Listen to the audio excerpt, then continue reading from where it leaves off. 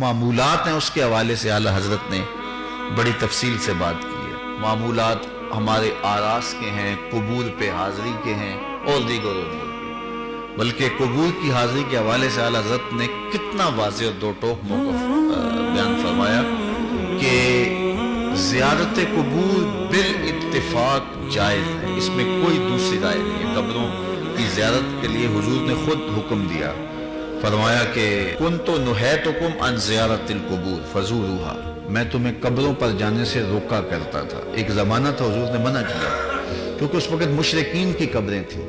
پھر اس کے بعد جب جنت البقیع بنی اور اس طرح مختلف جگہوں پہ مسلمانوں کی قبریں بنی تو پھر حکم دے دیا، کیوں؟ لِأَنَّهَا تُذَكِّرُ الْآخِرَةَ، اس لیے قبریں آخرت کی یاد دلاتی ہیں۔ تو قبروں کی زیارت بالاتفاق جائز ہے، لیکن اس کے اندر یہ فرق کر دیا کہ یہ مردوں کے لیے جائز ہے، عورتوں کے لیے حضور علیہ السلام کی قبر انور کی حاضری حضور کی شفاعت کا سبب و ذریعہ ہے۔ اس کے علاوہ حضور علیہ السلام کا فرمان ہے لعن رسول اللہ زوارات القبور، قبروں پر جانے والی عورتوں پہ رسول اللہ نے لعنت کی ہے۔ اور اس پر علماء نے لکھا ہے کہ جو فزوروہا کی اجازت ہے، کیا اس میں عورتیں شامل ہیں یا نہیں شامل ہیں؟ تو ایک کثیر طبقہ کہتا ہے کہ عورتیں شامل نہیں ہیں، اور جو ان کو شامل مانتا ہے اس کو بھی شرائط سے مانتا ہے۔ ایک تو محرم کے ساتھ جائیں، دوسرا وہاں اختلاط مرد و زن نہ ہو، اور تیسری شرط یہ ہے کہ عورتیں جزا فضا نہ کریں، واویلا نہ کریں،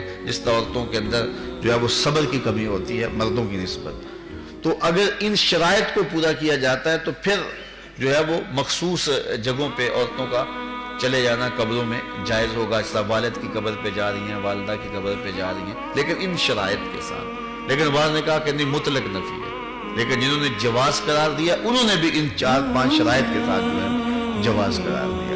باقی جو اختلاط مرد و زن جہاں ہوتا ہے اور محرم کے بغیر خواتین جاتی ہیں، جس طرح کہ ہمارے ہاں مروج ہے اور یہاں بسوں کی بسیں بھر کر کے مختلف درباروں پر مزارات پہ جا رہی ہیں، اعلیٰ حضرت سے پوچھا گیا جائز ہے یہ نہیں جائز، فرمانے لگے مجھ سے یہ پوچھتے ہو جائز ہے، مجھ سے یہ پوچھو ان پہ لعنتیں کتنی برستی ہیں۔ فرمایا جب وہ گھر سے نکلتی ہیں تو ان پر لعنتیں برسنا شروع ہو جاتی ہیں، اور تم اس کو مجھ سے جواز کا فتویٰ مانگ رہے ہو۔ اب دیکھیے کہ یہ ہمارے معاشرے میں ہے کہ نہیں ہے، اور اس کو کیوں نہیں روکتے؟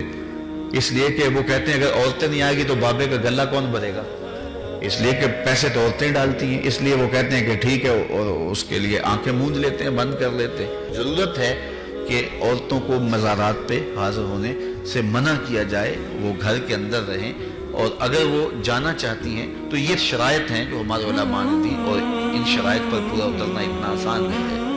اسی طرح اللہ نے فرمایا کہ جو ہے وہ زیارت قبور بالاتفاق جائز ہے۔ عورتوں کی جو بات ہے وہ آپ نے بیان فرما دی۔ دوسری بات فرمائی سجدہ قبور اور طواف قبور بالاتفاق حرام ہے، اس میں کوئی دوسری رائے نہیں ہے۔ قبروں کو سجدہ کرنا اور قبروں کا طواف کرنا بالاتفاق حرام ہے، اس میں کسی کا کوئی اختلافی نوٹ نہیں ہے کسی بھی عالم کا۔ اور تیسری چیز فرمایا کہ بوسہ قبور اس میں اختلاف ہے، مختلف ہی ہے، لیکن احوط یہ ہے، احتیاط اسی میں ہے کہ نہ دیا جائے۔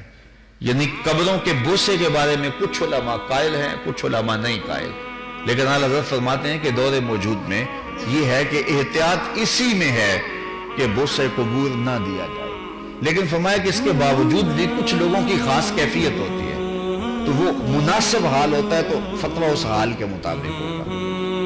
اور اس کی دلیل جنہوں نے قبروں کو چومنے کی دلیل لی ہے انہوں نے حضرت ابو ایوب انصاری اور حضرت بلال بن رباح رضی اللہ تعالیٰ عنہ کا عمل لیا ہے۔ حضرت ابو ایوب انصاری حضور کے روضے پہ، حضور کی قبر پہ ایسے بازو پھیلا کے جو ہے وہ بوسے کر رہے تھے کہ مروان آیا تو اس نے دیکھا اور اس نے پوچھا کون ہے، اور اس کے لہجے میں کڑک تھی اور انداز یہ تھا کہ یہ کیا کر رہے ہو۔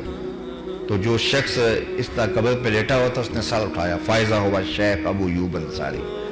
تو سر اٹھانے والے حضرت ابو ایوب انصاری صحابی رسول تھے، تو مروان کی آنکھوں میں آنکھیں ڈال کے کہنے لگے میں کسی پتھر کو نہیں پوج رہا، اپنے آقا کی قبر کو چوم رہا۔